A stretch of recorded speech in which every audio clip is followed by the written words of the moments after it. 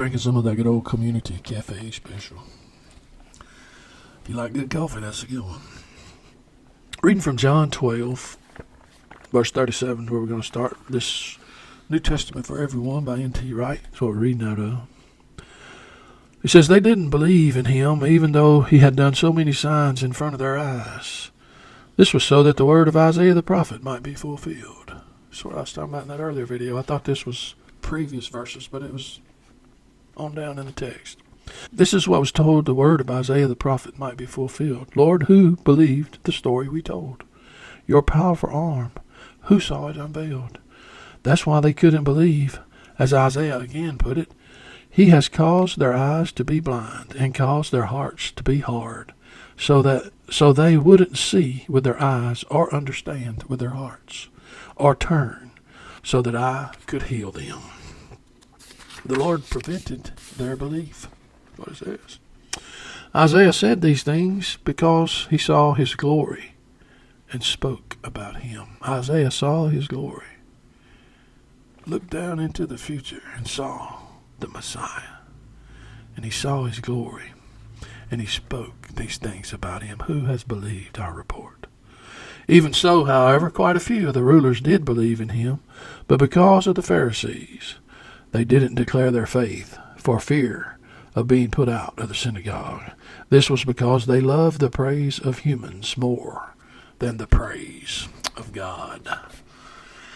Jesus, here we go. Anyone who believes in me, shouted Jesus in a loud voice, doesn't believe in me, but in the one who sent me. Anyone who sees me sees the one who sent me.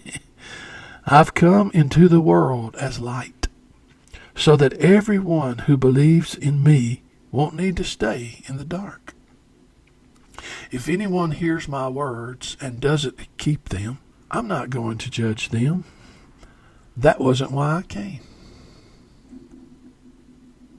Now here we have Jesus saying, if someone hears my word and doesn't believe it, I'm not going to judge them.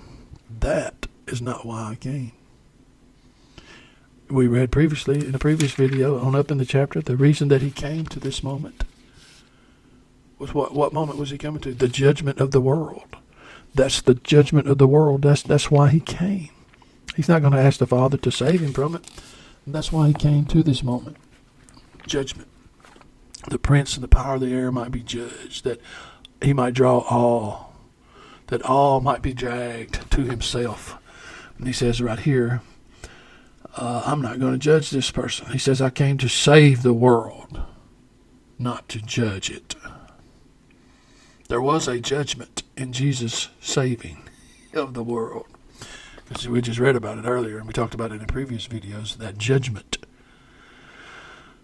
For now is the judgment of the world has come. How did he say it? Now comes the judgment of this world. Now the world's ruler is going to be thrown out. And when I've been lifted up from the earth, I will draw all people to myself. See, there's the judgment. What is he talking about? Well, somehow or another, in his death, because the wages of sin is death. The payment for sin is death. Jesus died and bore our death, and we died with him. Paul said that in 2 Corinthians. That's probably where we'll go after we talk about this judgment, where he says that if one died, then all died.